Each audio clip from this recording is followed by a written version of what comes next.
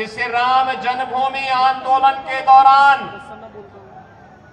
महाराष्ट्र के हमारे सभी भाजपा शिवसेना के कार्यकर्ताओं ने, महाराष्ट्र के हमारे वीर कार्यकर्ताओं ने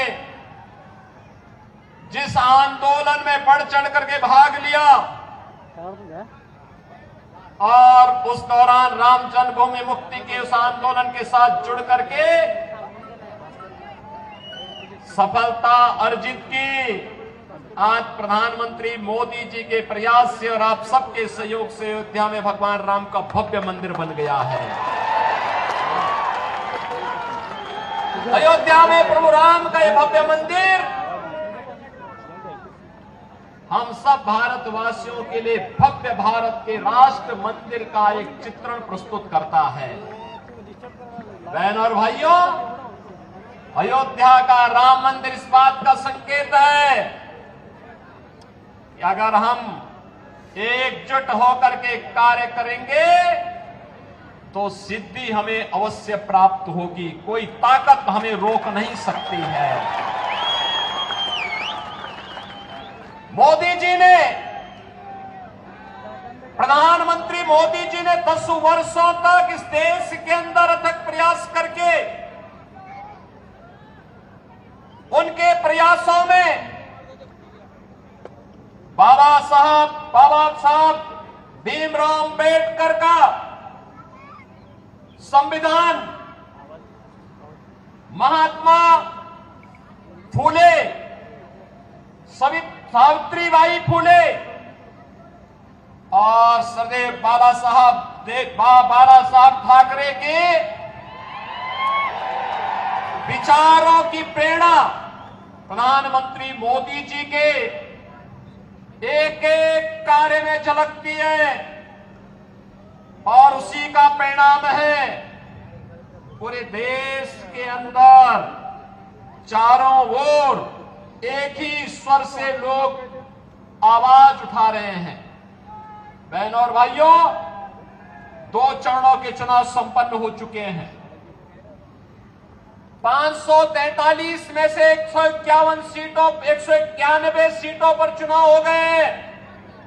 उत्तर, दक्षिण, पूरब, पश्चिम चारों ओर मुझे जाने का अवसर प्राप्त हुआ। कल ही मैं वेस्ट बंगाल में था।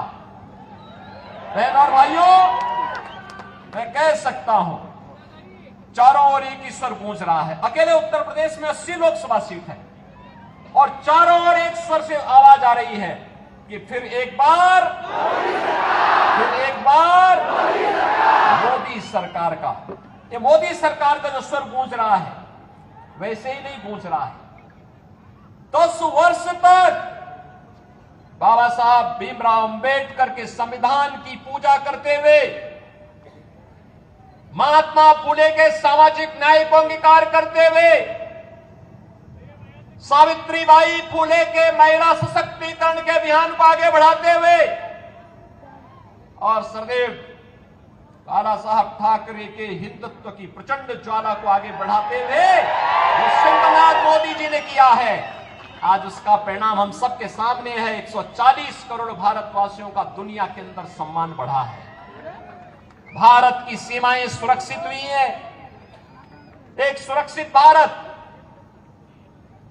किस रूप में सुरक्षित हुआ है? आज कोई भी देश, कोई भी दुश्मन भारत की सीमा का अतिक्रमण नहीं कर सकता। आतंकवाद, नक्सलवाद समाप्त।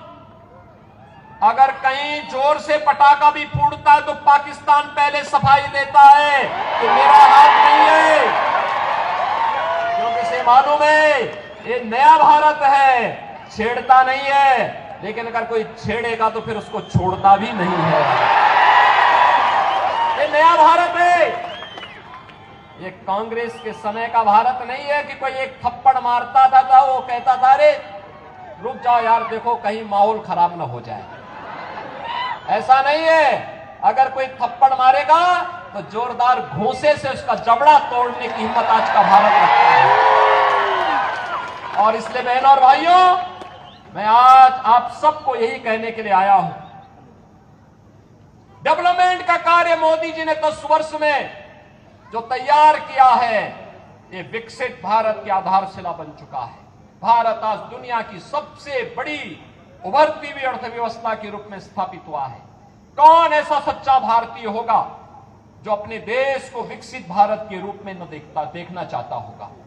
हर भारतवासी की इच्छा है, क्योंकि जब मेरा देश आत्मनिर्भर होगा, विकसित होगा, तो हर चेहरे पर खुशहाली होगी, हर नौजवान के हाथ में रोजगार होगा, हर किसान आत्मनिर्भर होगा, हर बहन और हर माताएं, हर बेटियां स्वावलंबन की ओर अग्रसर होंगी, हर श्रमिक खुशहाल जीवन व्यतीत करेगा, हर व्यापारी का व्यापार बढ़ेगा। और यही तो मोदी जी चाह रहे हैं। इसी भारत की परिकल्पना को साकार करने के लिए वे प्रयास कर रहे हैं। कांग्रेस ने तो गरीबी हटाओ का नारा दिया था, 65 वर्षों में गरीबी नहीं हटा पाए। मोदी जी ने मात्र 10 वर्ष में 25 करोड़ लोगों को गरीबी रेखा से ऊपर उठा करके खुशहाल जीवन व्यतीत करने के लिए छोड़ा। आज बहनों और भाइयों, पूरे देश के अंदर 80 करोड़ लोगों को फ्री में राशन मिल रहा है। 60 करोड़ लोगों को 5 लाख रुपए की आयुष्मान भारत की सुविधा मिल रही है। 50 करोड़ लोगों को जनधन अकाउंट खुल गए हैं।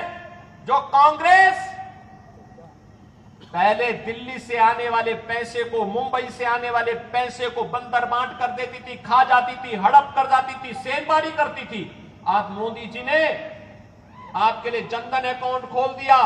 पैसा सीधे उस अकाउंट में आएगा।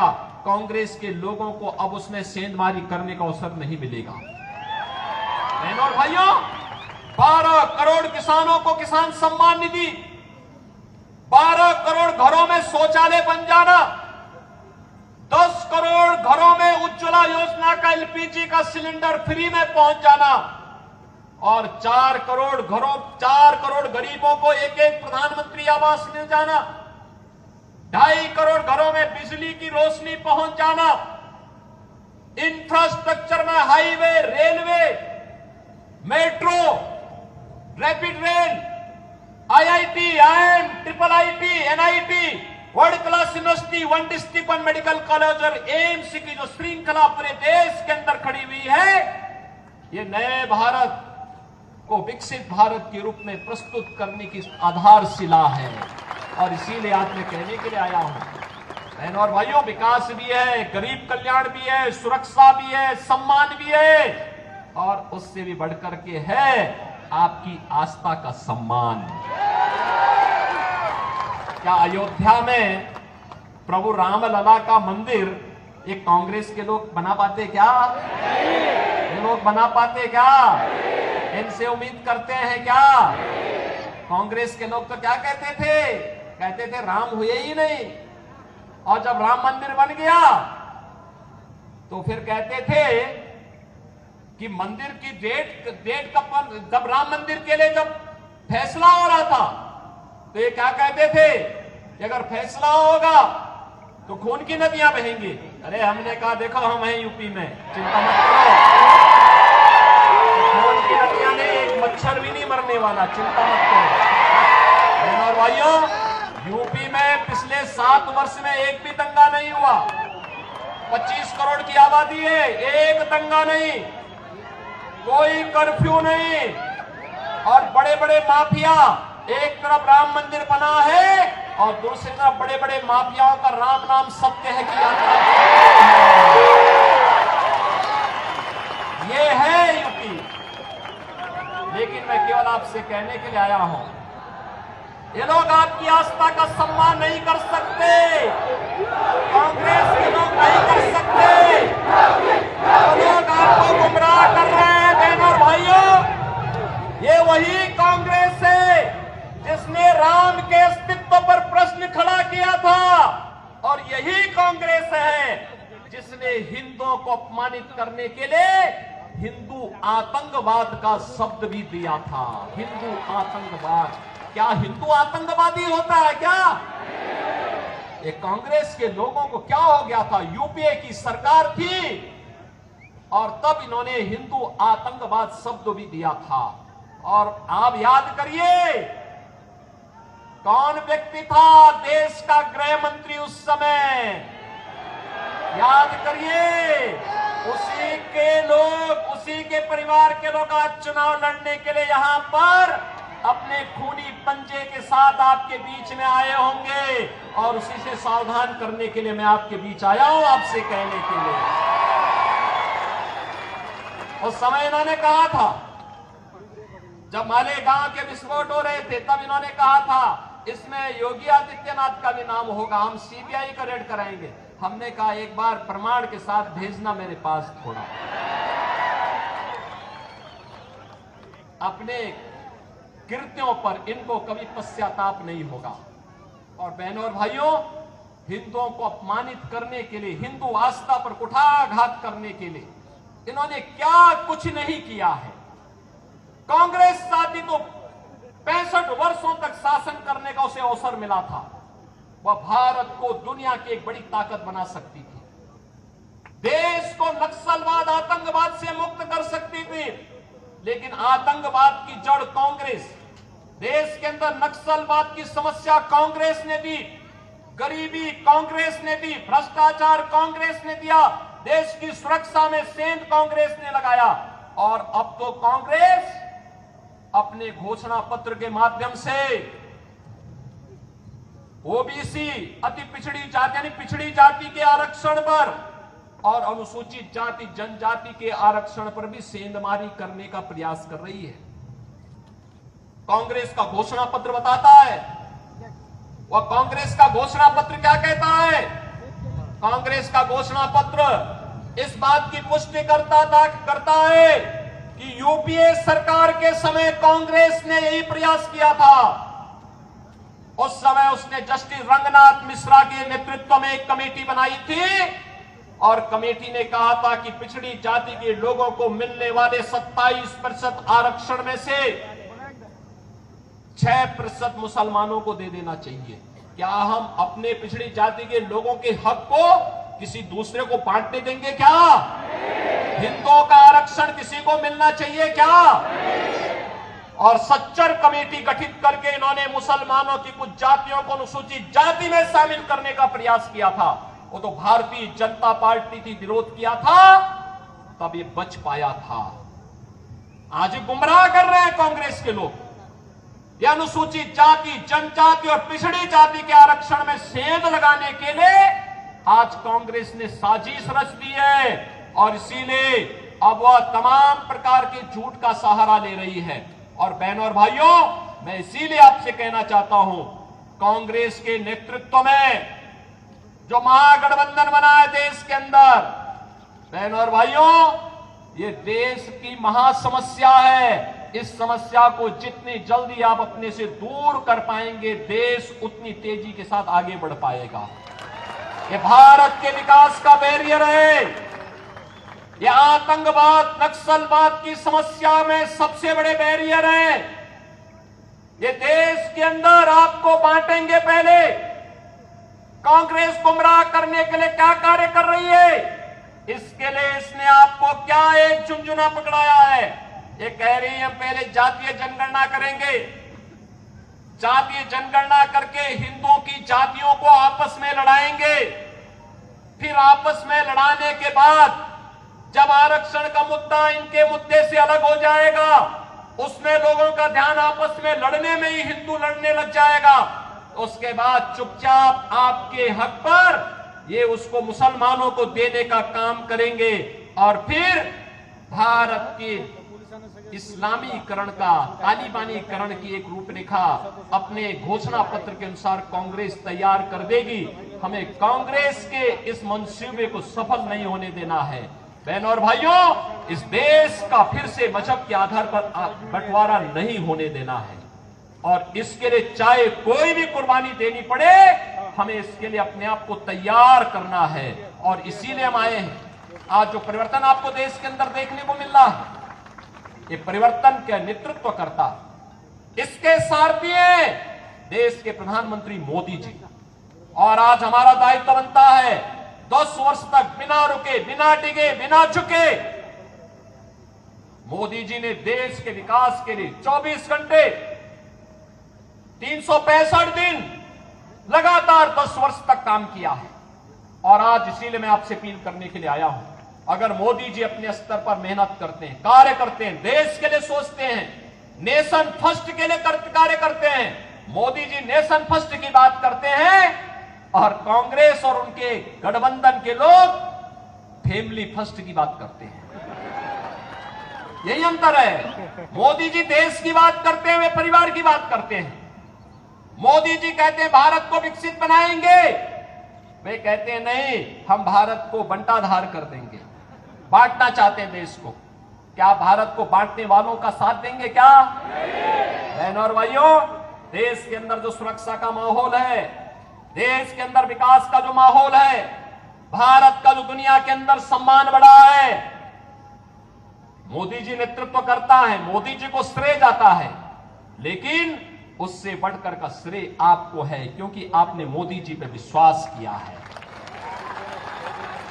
और इसीलिए इसके लिए मैं आपका अभिनंदन करता हूं और इसीलिए आपसे अपील करता हूं, आपका एक वोट, आपका एक वोट